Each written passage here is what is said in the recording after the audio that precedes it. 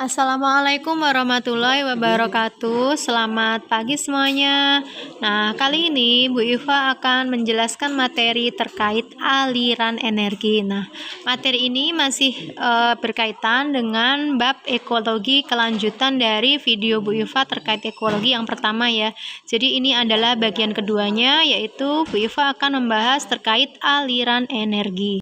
Sebelum Bu Iva jelaskan materi terkait aliran energi, nah perlu kalian perhatikan apa itu pengertian terkait energi. Nah, energi itu adalah kemampuan untuk melakukan kerja atau menyebabkan perubahan. Nah, dalam kehidupan sehari-hari, energi memiliki nilai penting karena beberapa bentuk energi itu dapat kita gunakan untuk melakukan kerja tertentu atau untuk melakukan usaha. Nah, dengan kata lain, energi itu adalah kemampuan untuk menyusun ulang kumpulan-kumpulan materi.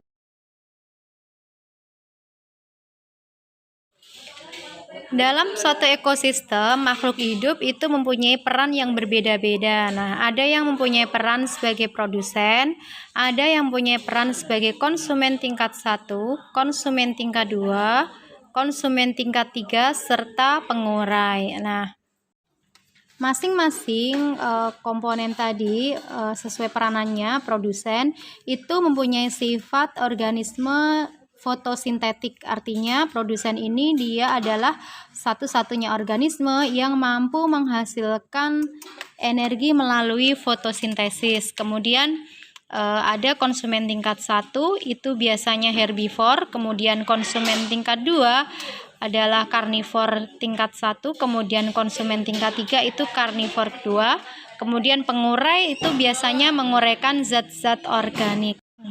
Pada tingkatan transfer energi itu produsen itu berperan sebagai tingkat trofik 1, kemudian konsumen 1 itu berperan sebagai tingkat trofik 2, konsumen 2 itu tingkat trofik 3, kemudian konsumen 3 itu sebagai tingkat trofik 4. Jadi kalian jangan sampai keliru ya, kalau konsumen tingkat 1 itu sama dengan tingkat trofik 2, bukan tingkat trofik 1. Nah, ini yang seringkali banyak yang melakukan kesalahan saat mengerjakan soal. Nah, bagaimanakah aliran energi yang terjadi mulai dari produsen sampai ke organisme pengurai? Silahkan kalian bisa perhatikan bagan berikut ini.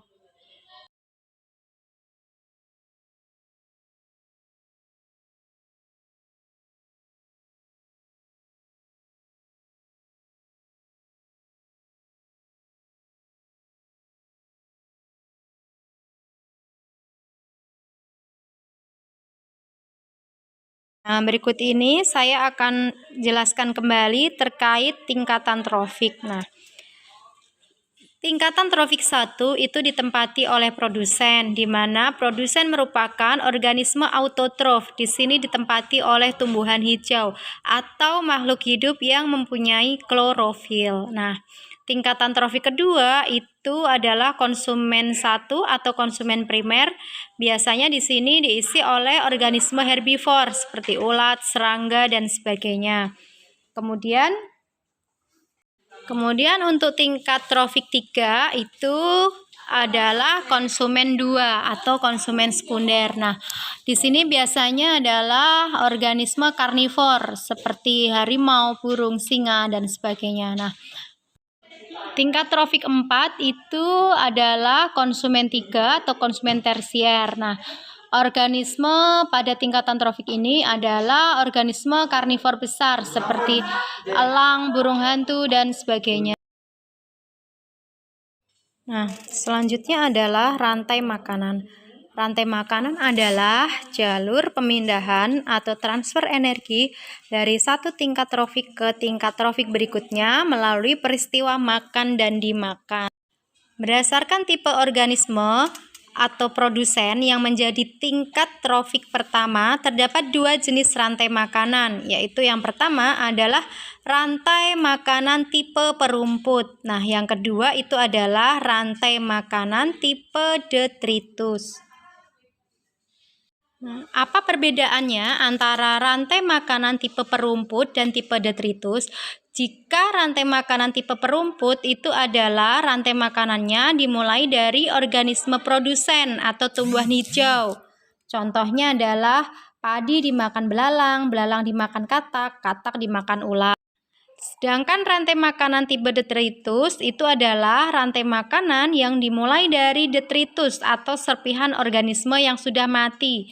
Contohnya adalah serpihan daun atau sampah, kemudian dimakan cacing tanah, kemudian cacing tanah dimakan itik, itik dimakan manusia. Nah, itulah tadi adalah perbedaan antara rantai makanan tipe perumput dan rantai makanan tipe detritus. Mudah sekali kan? Silahkan kalian perhatikan kembali contoh-contoh tersebut. Apa itu jaring-jaring makanan? Jaring-jaring makanan merupakan gabungan dari berbagai rantai makanan yang saling berhubungan dan kompleks. Nah, di dalam ekosistem, sebuah rantai makanan itu saling berkaitan antara satu rantai makanan dan rantai makanan berikutnya. Nah, semakin kompleks dari jaring-jaring makanan yang terbentuk, maka akan semakin tinggi pula tingkat kestabilan suatu ekosistem. Oleh karenanya, untuk menjaga kestabilan ekosistem, suatu rantai makanan itu tidak boleh terputus akibat musnahnya salah satu atau beberapa organisme. Mungkin kalian bisa memberikan contoh musnahnya satu jenis organisme yang dapat menyebabkan terganggunya kestabilan ekosistem, seperti terbakarnya hutan dan sebagainya. Nah, silahkan coba kalian analisis apa yang akan terjadi jika terjadi kebakaran hutan yang hebat. Bagaimana gangguan kestabilan ekosistem yang terjadi di hutan tersebut. Nah, ini adalah contoh jaring-jaring makanan, yaitu kumpulan beberapa rantai makanan. Silahkan kalian bisa perhatikan baik-baik gambar berikut ini. Nah, dari gambar tersebut silahkan kalian tentukan yang pertama itu adalah siapakah yang berperan sebagai produsen. Kemudian siapa saja yang berperan sebagai konsumen tingkat 1? Kemudian konsumen tingkat 2-nya siapa? Dan konsumen tingkat 3-nya siapa? Kemudian kalian juga tentukan siapa yang berperan sebagai tingkat trofik 1, tingkat trofik 2, dan tingkat trofik 3. Kemudian silahkan kalian analisis apa yang akan terjadi jika tikus itu dibasmi oleh petani, dibasmi habis oleh petani. Nah, jelaskan bagaimana efek yang terjadi pada ekosistem tersebut. Bagi kalian yang ingin menjawabnya, silahkan kalian ketikkan pada kolom komentar ya. Terima kasih.